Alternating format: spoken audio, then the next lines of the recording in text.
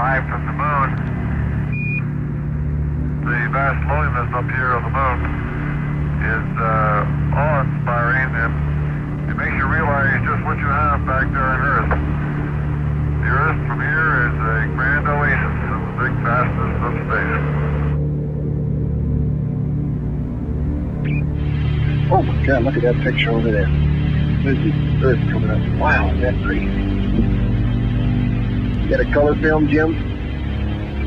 Hand me a roll of color quick. Oh man, that's great. Where is it? Quick. Oh, I got it right. Oh, that's a beautiful shot.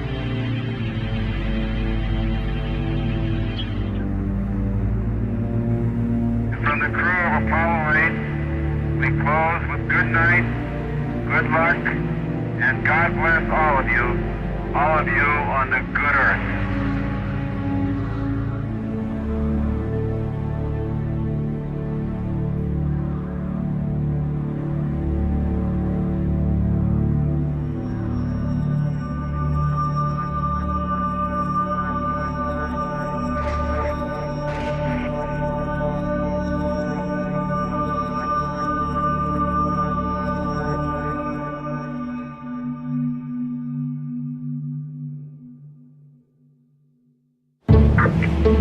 Can you hear me? Yeah, I have an emergency. Advise this very quickly. We're doing about 5 feet of water. I have about 17 individuals on the second floor right now. We're going to need to evacuate. We need to get out of here. I'm trying to get you guys out. Goodbye. Are you alright? You okay? There is new and dramatic evidence of what's happening to our world, and tonight we'll look at the impact already being felt. The red flags about extreme weather we've all endured together all across the globe. We are literally engaged in an unprecedented experiment with the one planet that we know of that can support life. We will respond to the threat of climate change, knowing that the failure to do so would betray our children and future generations. The big question mark is the future, of course, and a new kind of normal.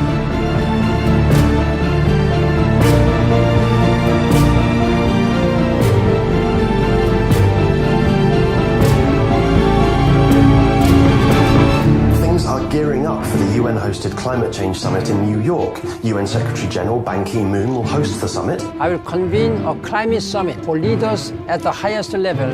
I urge political leaders of the world to prioritize their political energy on climate change. We have to get serious about bringing real commitments to the table for that summit. If things go business as usual, we will not live, we will die.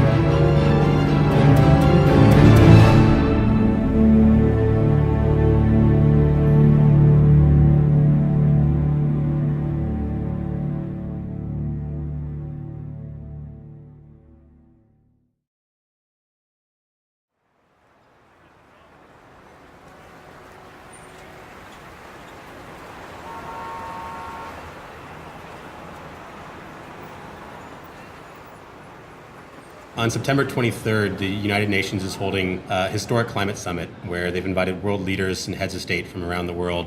We're trying to organize the largest ever climate rally on the streets of New York in response to this, hopefully turning the tide of what comes out of that summit and reshaping what the entire climate movement looks like going forward.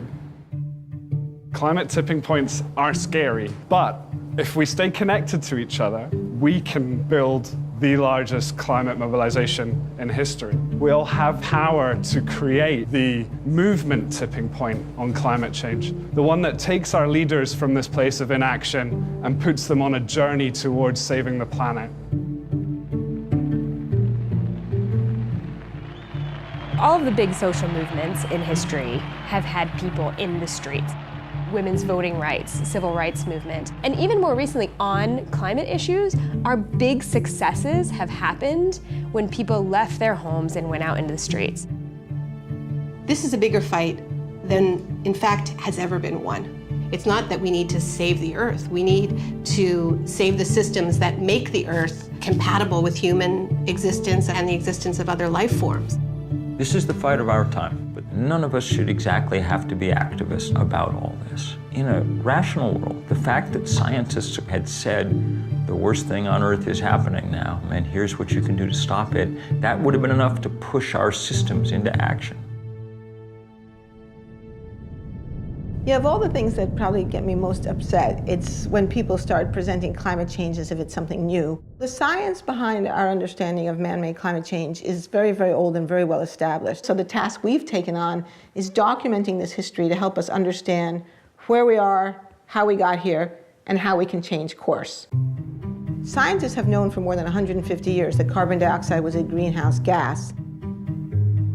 Fourier came up with this notion that there were gases in our atmosphere that allowed sunlight to pass through like a window, but then when sunlight bounced off the Earth's surface, they trapped the heat in, right? So you had now this establishment of what we now call the greenhouse effect. In the 1850s, John Tyndall made laboratory measurements of the absorption of heat radiation by carbon dioxide. And he concluded that if you change the CO2 in the atmosphere, it's going to affect the planetary energy balance. Tyndall was the one who really came along and proved that carbon dioxide was a natural thermostat that helped set our planet's temperature. In the late 1800s, it was the great Swedish chemist Arrhenius who first did the calculations about what would happen as we, as he put it, evaporated our coal mines into the air. But people didn't pay much attention to that in the 20th century because we were too busy figuring out cool new ways to burn fossil fuel. It was only in the late 1950s that we even bothered to measure to see if it was accumulating in the atmosphere. That instrument, which went up on the side of Mauna Loa in Hawaii, is the most important scientific instrument in the world. Beginning in 1959, it found that there was a steadily accumulating amount of CO2 in the atmosphere, the so-called Keeling curve.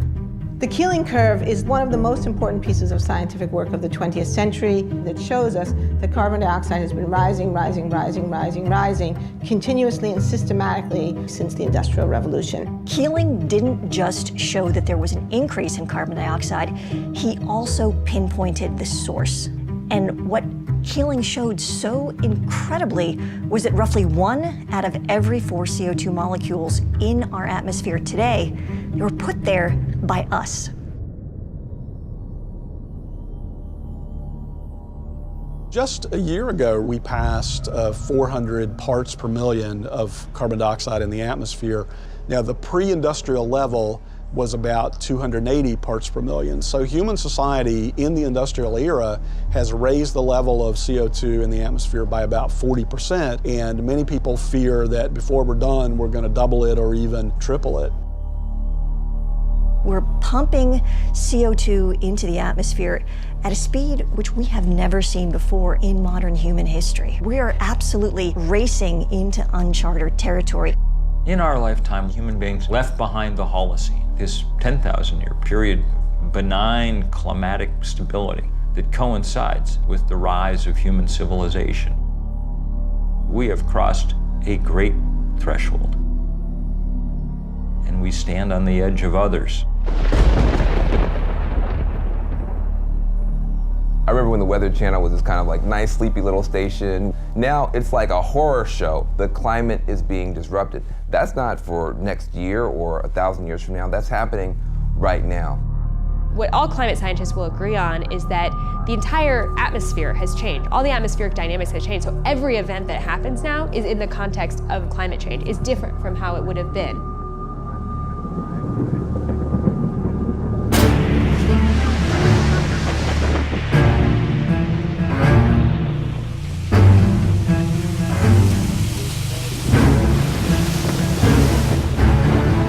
Typhoon slammed the Philippines with winds of 195 miles per hour. That's higher than the winds from Hurricane Sandy and Katrina combined. The world is mobilizing to help the Philippines, but just a trickle of food and water and medicine has reached the victims of Typhoon Haiyan. More than 1 million people were forced to flee their homes, many now trying to salvage what's left. Hundreds of thousands are thronging relief centers, desperate for life's necessities. Many residents covered their faces to mask the smell of the dead while they searched for relatives in some of the hardest hit areas. This is one of the top storms ever seen on this planet.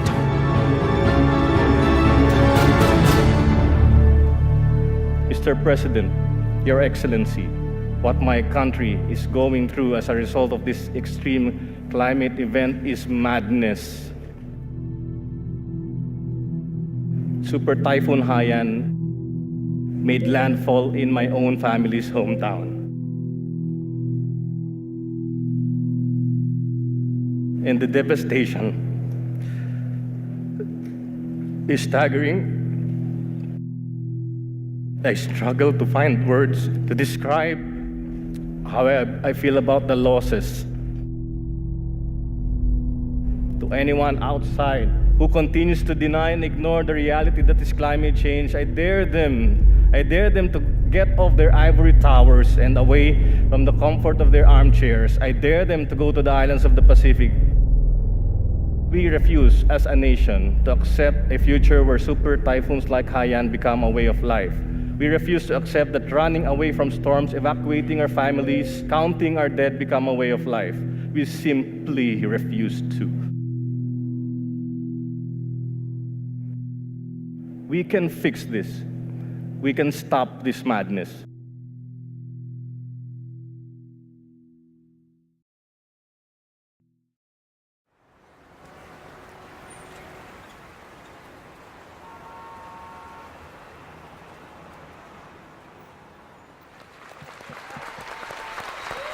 Hello, hello, hello.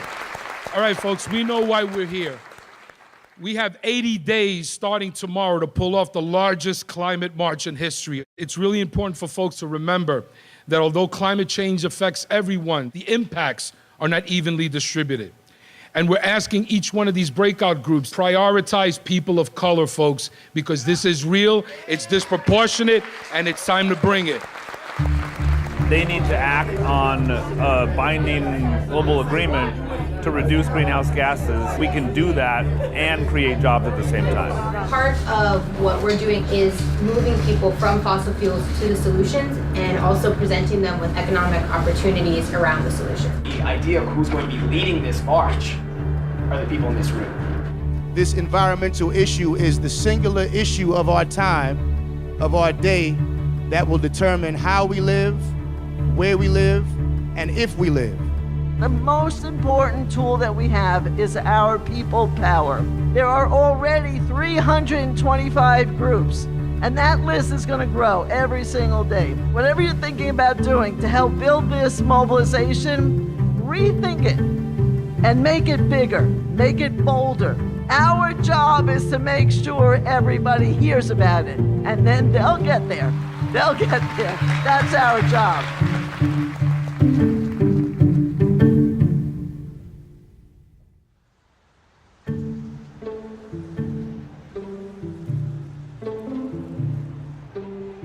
In 1982, the UN convened a first special session on nuclear disarmament. And we came together and said, when the representatives of governments all around the world gather in New York City at the UN, we need to be on the streets making our voice heard. New York City's anti-nuclear demonstration turned out to be the biggest political demonstration in U.S. history. It was, and still to this date, is the largest single gathering, if you will, of people in this country. I think there was one computer in the office. Everything else was by phone and this thing we called the mail. We now call it a snail mail, whatever. But there was something about that reality that we didn't have the technology that we now have that actually forced people to talk directly to each other. We have real peace with real justice.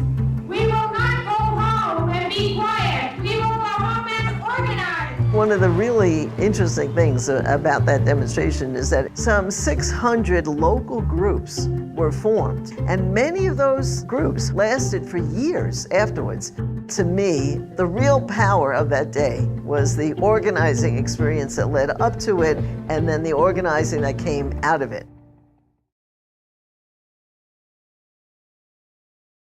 Some experts are saying now that the whole world is heating up because of a global greenhouse effect. Scientists had been saying for a long time that climate change might occur, but 1988 is the year when Jim Hansen and his team at NASA say, both in the scientific peer-reviewed literature and in public, that it's actually happening. The changes in atmospheric composition that humans were making was going to have a big impact on the Earth's climate. The greenhouse effect has been detected, and it is changing our climate now. Hansen's testimony was reported on the front page of the New York Times, and there was actually a bill introduced into Congress, the National Energy Policy Act, to immediately begin to phase out the use of fossil fuels in order to prevent disruptive climate change. And of course, that was supported by the creation of the IPCC, the Intergovernmental Panel on Climate Change, that year. So there was political momentum, there was scientific momentum, there was strong scientific evidence, there was media attention, and then the whole thing kind of fell apart. The Earth Summit, a 12-day, 178-nation conference on the environment, began today in Rio de Janeiro. Battle lines are already drawn between the haves and the have-nots. So far, all the agreements are non-binding, requiring no specific action on the environment. As time has gone on, the scientific warnings keep intensifying, and yet there has been no effective political response. All political efforts to get a handle on this issue have essentially failed. I am the one that is burdened with finding the balance between sound environmental practice on the one hand and jobs for American families on the other. The agreement hammered out in Kyoto, Japan, requires industrialized nations to make substantial cuts in greenhouse gas emissions. The United States actually never ratified the Kyoto Protocol, which is one reason it didn't work. President Bush ignited a storm of controversy when he decided to abandon the Kyoto Protocol, which sets caps on the emissions of greenhouse gases in developed nations. For nearly 2 weeks, the U.S. delegation had blocked proposal after proposal, draft after draft, refusing to even discuss mandatory cuts in greenhouse emissions. Now we switch to the big climate conference going on in Copenhagen. Today, developing countries made themselves heard. People are dying. Led by Africa, 135 nations, including India and China, staged a 5-hour boycott, angry over what they say are insufficient carbon cuts proposed by the world's rich countries. If Hollywood had been writing the story, you know, it all would have come right in the end, and all the nations would have pledged their best effort. And nothing like that happened. The thing was a fiasco, a failure. The frustrations of the last 10 days explode on the streets of Copenhagen. Outside the Bella Center, where negotiators still haven't reached a climate agreement, 2,500 protesters try to storm the hall to make an impact. Nothing happened because the fossil fuel industry was still strong enough to scare nations into avoiding the issue. What happened in Copenhagen for a lot of people was this realization no leader was coming to save us. We have to be strong enough to scare our national leaders into doing the right thing in New York City in September. If we can demonstrate that, then better things will happen in Paris than happened in Copenhagen. These things are not separate moments in time. This is all part of one string, and what we're fighting towards in Paris is highly dependent on what happens in September. This is going to have to be the fight of our lives.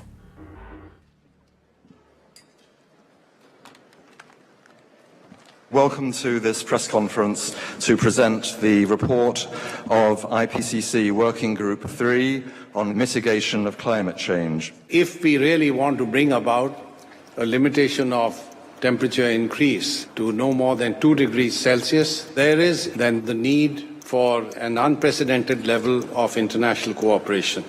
The way we've approached climate change is the scientific community builds the case, it synthesizes the evidence, it presents that evidence then to the policymakers. We've proven beyond a doubt that climate change is real, that the Earth's temperature is warming, that warming is predominantly caused by the burning of fossil fuels and other human activities, and that additional warming poses a significant threat. What the policymaking community did was they came up with a definition of what they called dangerous human interference. In 2009, the nations of the world agreed on a target of 2 degrees centigrade or 3.6 degrees Fahrenheit of maximum warming above the pre-industrial level. That would require emissions worldwide almost entirely stopping within a matter of decades.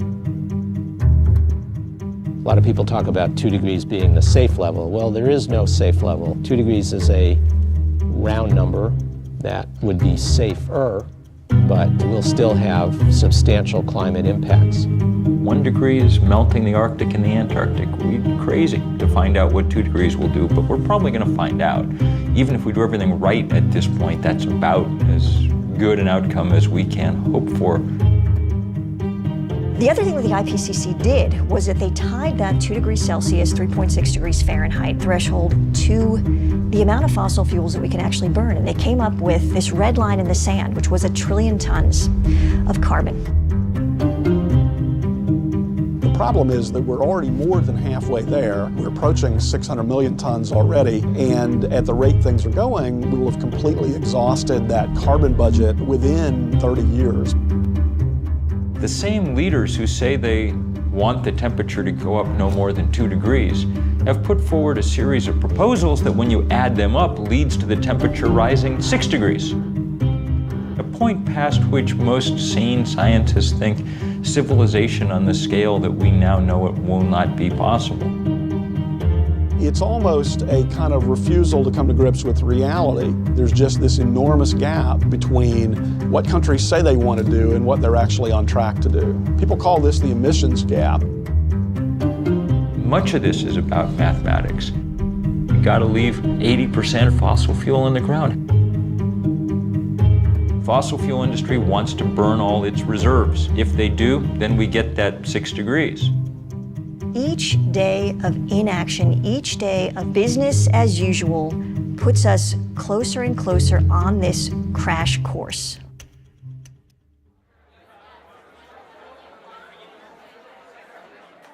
We're 2 months out from this demo. Obviously, we all know in this room a tremendous amount of work is happening every day, getting the word out, organizing people, mobilizing people. At this point, every day counts. And every day when we miss an opportunity, it's gone. Because it's not just a one-day march, it's our long-term ability to build a strong climate movement that we need to invest in. So being inclusive to us is really about multiple things, but recognizing that we live in a society where there's privilege, there are inequities. In order to address the climate crisis, we have to first address those inequities. That will allow us to then bring a movement strong enough to address the global ecological crisis. If you think for a second about this, there was this just layer of stuff under the ground, got put there at a specific time in a specific way, and it just captured millennia of solar energy. And we just happened upon it. It's like if you were just walking around and then like, oh, you put something in the ground, there's just millions of dollar bills down there. You're just like pulling them out. Everything about what we do and who we are and how we live is dependent upon the fact that we just found this stuff sitting there. And that stuff said, oh, you don't have to have everyone working in the fields all the time. You can have cities, you can have cars, you can have iPhones. And the way I view it is, as incredible as that stuff is, we've been paying this price on it the whole time, right? And there's this clock running. The classic market failure is negative environmental externalities. That's just jargon for you're not paying the full costs of the fossil fuels that you burn. The racket that the fossil fuel industry has run is to take costs of its product and export them to the public. Think about, the litany of impacts from sea level rise, ocean acidification, the collapse of ecosystems that we rely on for food, water availability. These things are really expensive. When you have huge wildfires, it costs a lot of money. All of those costs are being dumped onto us as a society and not being paid by people who are polluting. These big, massive polluters get to dump megatons of carbon in the atmosphere for free. You can't pollute for free. If you litter, you get a fine. That makes coal and oil and other fossil fuels more competitive against solar and wind and other sources than they deserve to be.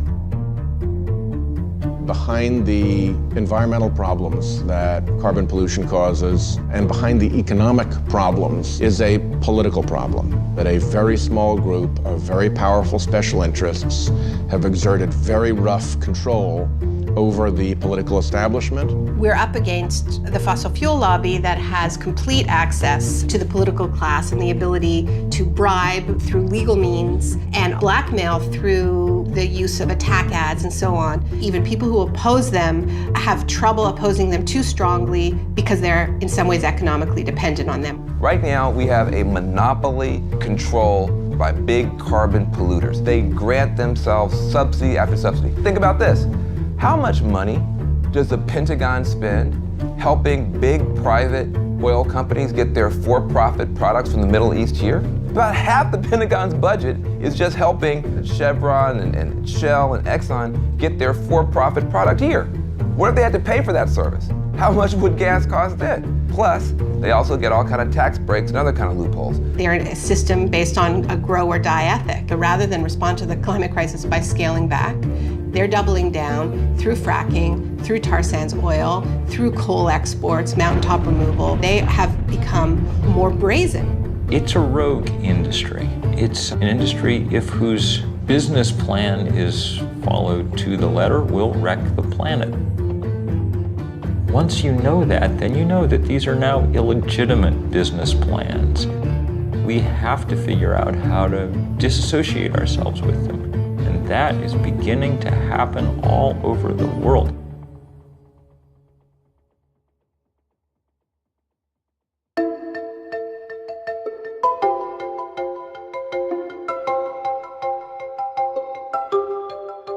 On the great lawn of Central Park, I was up on a stage probably 70 feet in the air, looking out at that sea of people stretching out farther than the eye could see. The crowd estimates later were larger than 1 million people. April the 22nd, 1970. The grassroots mobilization, which we recall as the first Earth Day. 20 million Americans called away from their jobs and their classes into the streets of their communities. When Nixon was looking at television at these huge crowds in city after city after city across the country, he apparently muttered to Ehrlichman, man, a lot of those people have got to be Republican. And Republicans needed him to do something for them on this issue, he felt, and it was Nixon, arguably one of the most anti-environmental presidents in American history, who felt compelled to sign the Clean Air Act. I think the things that we've been doing to date are a reason to give us a little bit of hope. We've seen a degree of responsiveness on the part of the House of Representatives and on the part of the U.S. Senate. In a matter of 3 years, we passed the Clean Air Act, the Clean Water Act, the Safe Drinking Water Act, the Endangered Species Act, the Marine Mammal Protection Act, National Environmental Policy Act, the Environmental Education Act, Superfund. I'd go so far as to say that with the possible exception of the New Deal, it was the most fundamental restructuring of the ground rules of the American economic system that the nation has experienced.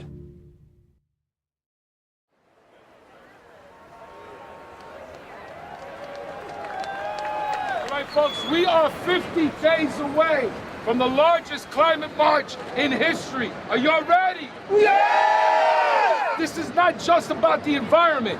It's about the community. It's about public health. It's about jobs. It's about justice. It was labor that got this city up and moving. Yes! Yes! And it'll be labor that continues to move this city. We are the community. Are we not the community? Yeah! For our people who have been at the front line, not being able to breathe, suffering from asthma, upper respiratory, pulmonary disease, cancer clusters because of environmental racism. Climate change exacerbates every kind of social injustice that faith communities have fought against for thousands of years. And we will not stop marching and praying and acting until we have a strong climate treaty. We got a movement, brothers and sisters, and we got to stay together. So join us on the 21st to march and send that signal to the United Nations. The people united will never be defeated. The people unidos jamás serán vencidos. It's only by accident that we even think of climate change as an environmental issue. You could just as easily think of it as another example of what happens in an unequal society. The people who've contributed the least to climate change and who've benefited the least from the use of fossil fuel are the first people to feel the effects. People in the poorest parts of the world suffer enormously already and will suffer enormously more as the century wears on. Climate disruption is a social justice issue. Who gets hit first and worst? every time there's one of these weather disasters. It's low-income people, it's people of color, it's people who can't get out of harm's way, and people who can't bounce back easily because they don't have the money or the social standing or the political connections. Our communities are disproportionately impacted. We're all seeing that it's the indigenous people, the people of color, the low-income people who have historically suffered the burden of so many other politically driven crises. There are so many countries that have been systematically plundered over hundreds of years, and this is often described as an ecological debt, climate debt. The whole idea that there are disposable places was always a racist idea, the idea of sacrifice zones. Just treating people in places like garbage.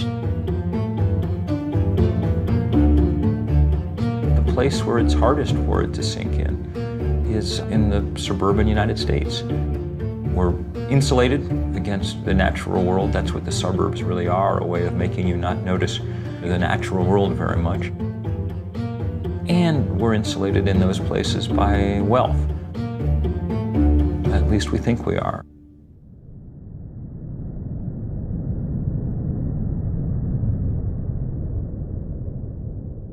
Scientists are screaming from the rooftops about us avoiding going over a 2-degree rise in the temperature of the planet. Why are they so worried about that? If we go over that amount of warming, there are feedback loops in our ecosystems, tipping points that climate change could spin out of control, and it happens like that.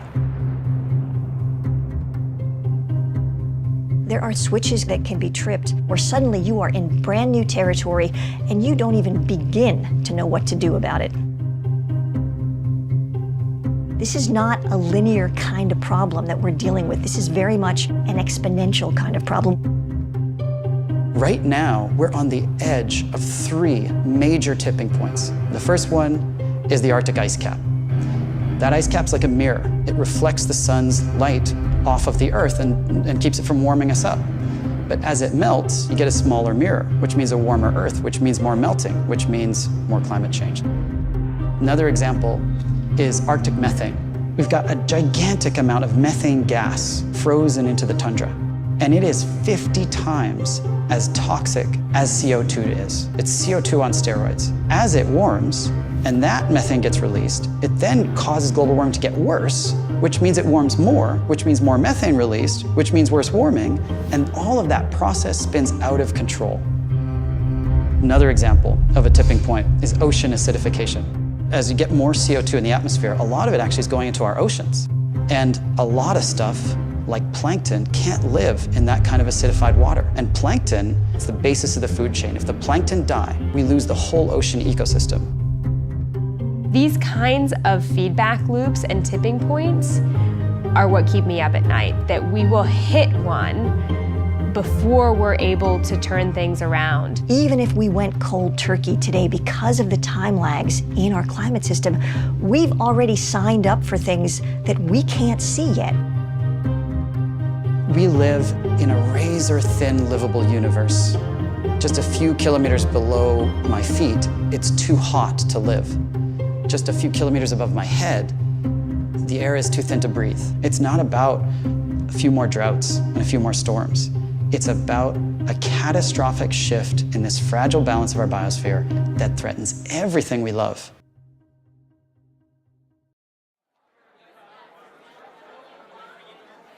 What we all need to be focused on is turnout, turnout, turnout.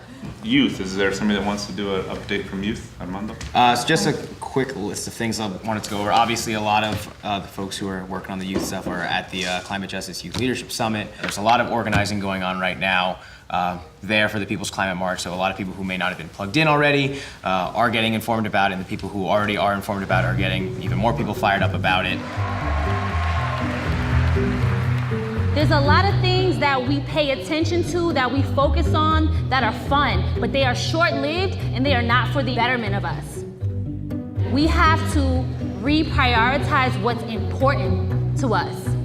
Our environment isn't just ice caps melting in Antarctica. We're the ones who face the problems day to day. If you're breathing in smog or your little brother has asthma, that's environmental injustice. And those are things that we have the power to push back on.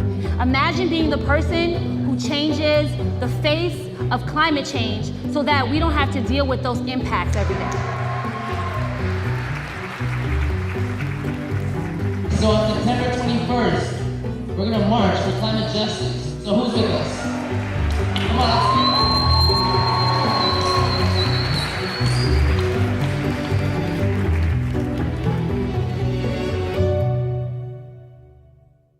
Okay, all right. Yes, we pull the fossil fuels out of the ground, we put them in the incinerator, they put the carbon in the sky, it warms the earth, lots of bad stuff's gonna happen, heat waves, extreme weather, floods. Okay, sure. But I mean, really, is that the thing I care about most? You know, there's all these other issues in my life that are more pressing. For someone who is engaged in a struggle for a higher minimum wage or worries about healthcare, it's understandable that these molecules floating around the air seem invisible and abstract. Humans have this thing that we call a finite pool of worry. You've got your mortgage you've got to pay, you've got your kids you've got to take care of, and they tend to be more immediate.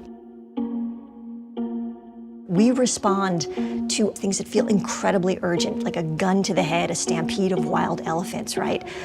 Climate change is a completely different kind of risk. It plays out over these very long time scales. It's really hard to perceive it as a very urgent threat. The other thing that happens is that there's something called a single action bias. We have this tendency to see a threat and then we try to fix it with one thing. It's like the silver bullet solution. When we look at climate change, we become overwhelmed by it because there's so many different ways that we're going to need to fix it. 25 years we've been talking about climate change. The level of scientific reports becomes higher and higher and higher. Why has that still not compelled the majority of people to action? Cognitive psychologists have been mapping the processing systems within our brains, and they found that there are two parallel and deeply interlocked processing systems. The rational side, the analytic side, which deals with information, facts, data. And we have another side, which is a much more intuitive and emotionally driven side. It is that emotional system that moves us into action. The challenge for climate change is how do we get something that is so based in the science to cross over into the side which makes us feel something. People are reluctant to stand up and to take action if they don't see that the other people around them are taking action. And that is why it is absolutely critical that there are people who are seen to be doing something. They are creating the breakage.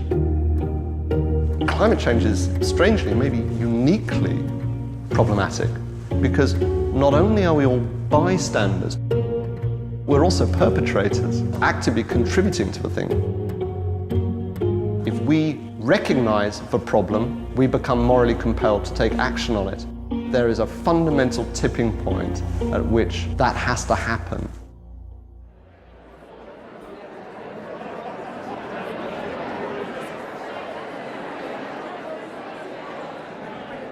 Change doesn't happen because people decide to stay home and click like on Facebook. Change happens because people like you and I decide to get involved. We didn't want to leave it to world leaders. Their track record is not very good in dealing with this question.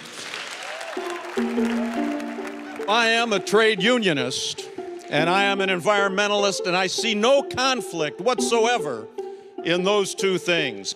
It's in our core self-interest as a trade union movement to help build the path to a sustainable future and get on the right side of the climate change issue sooner rather than later.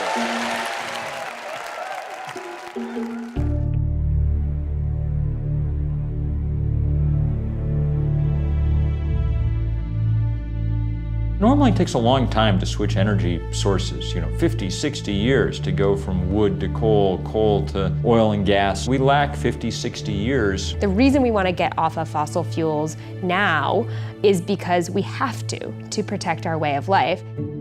We need a vision for what the post-carbon economy looks like. that is inspiring enough and delivers enough in terms of jobs, in terms of new opportunities, in terms of better health. It has to be exciting. There are many more jobs available to people who are going to be building wind turbines, retrofitting houses so they waste less energy. Solar panels have to be installed by a person. That person has to go to your home. There's no way to outsource putting that solar panel onto a roof. A 100% renewable economy is within our grasp. It's economically and technologically possible. It's not something that we need to keep researching, because it's always off in the distance. No, it's here. It's a question of political will. If you look at the renewable revolution that's happened in Germany, it wasn't about leaving the renewable sector to the market. It was about creating different incentives. And there was an explosion of innovation and creativity. Germany is now the #1 solar country in the world, even though they have the same amount of solar incidents as Alaska. Can we do it? Can we take the power that has been highly centralized, highly focused, and controlled by very few hands, and it is not an accident that very few hands controlling power in the sense of electricity leads to very few hands controlling power in the sense of political power.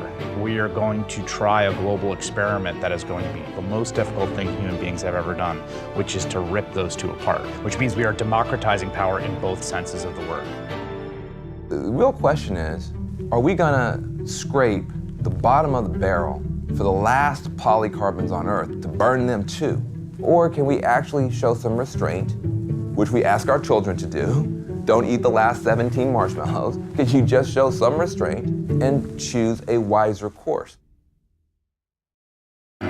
A Canadian company called TransCanada wants to build the Keystone XL pipeline. The $13 billion system would carry crude oil from the so-called tar sands region in Alberta to Houston, Texas for refining. The Keystone XL pipeline has become a huge focus of controversy. The tar sands oil is particularly dirty, it's particularly carbon intensive. An estimated 2,000 environmental activists from across the continent plan to gather in Washington, D.C. to launch a 2-week protest. It has become a symbol to both sides in this debate, where the people who want further development of fossil fuels see getting Keystone through as core to their strategy, and on the other side, the climate activists see it as a symbolic fight that they have to win. I'm here as a Nebraska citizen and landowner. I am on the advisory board of the Center for Health and the Global Environment at Harvard Medical School. I'm an evangelical Christian. I'm a proud member of the Transport Workers Union of America.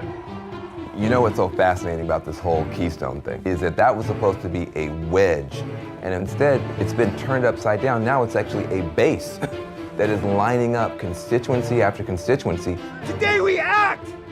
Today we send a message to them and everybody else. We are taking back our futures! Something extraordinary and unexpected has backfired out of the ambition of the fossil fuel companies. They've built a movement by mistake.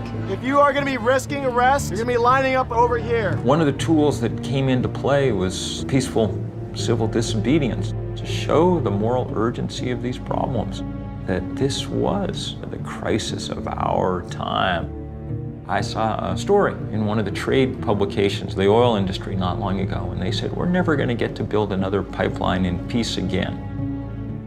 And I hope they're right.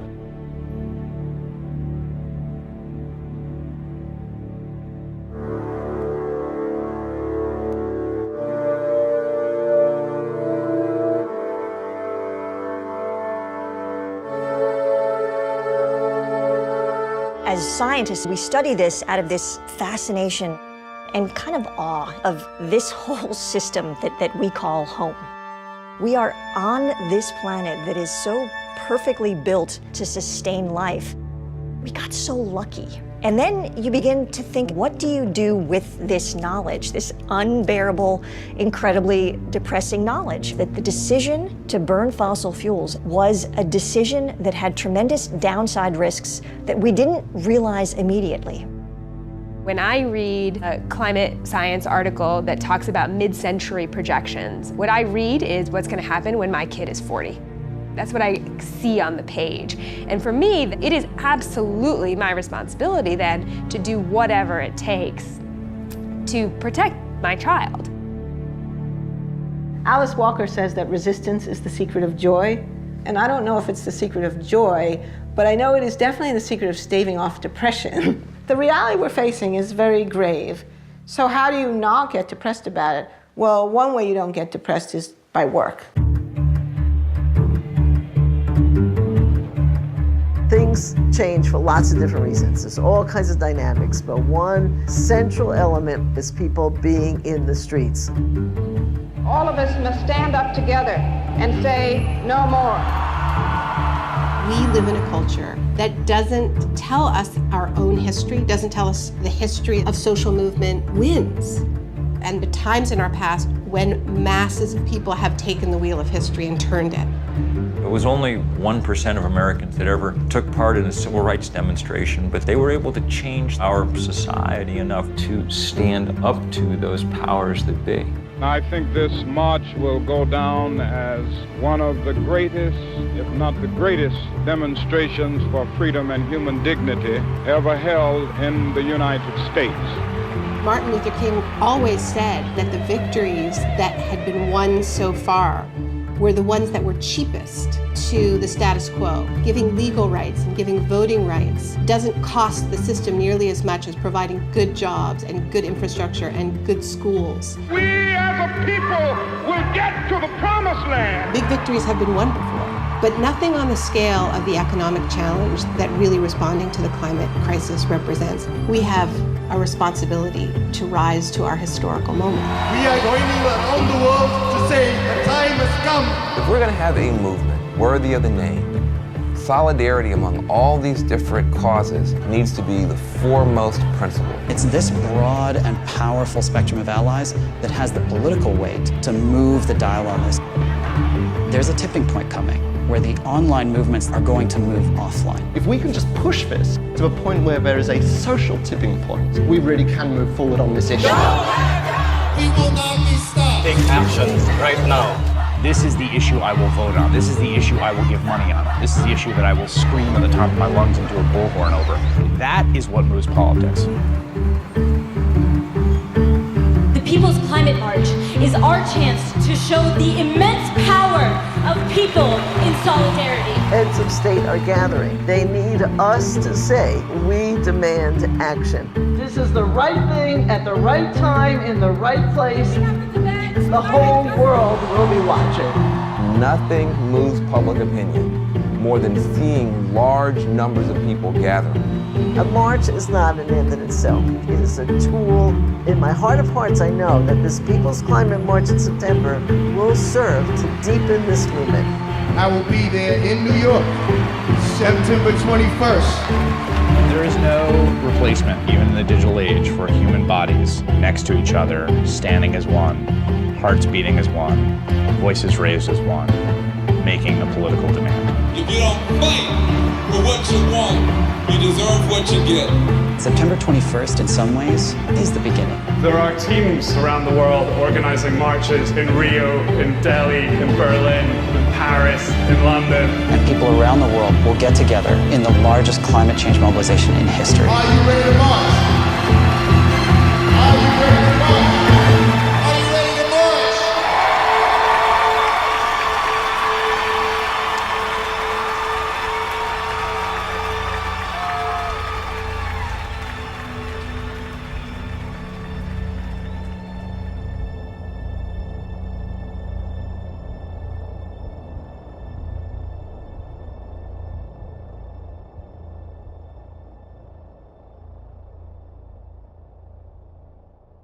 You can't undo the day after something like that happens.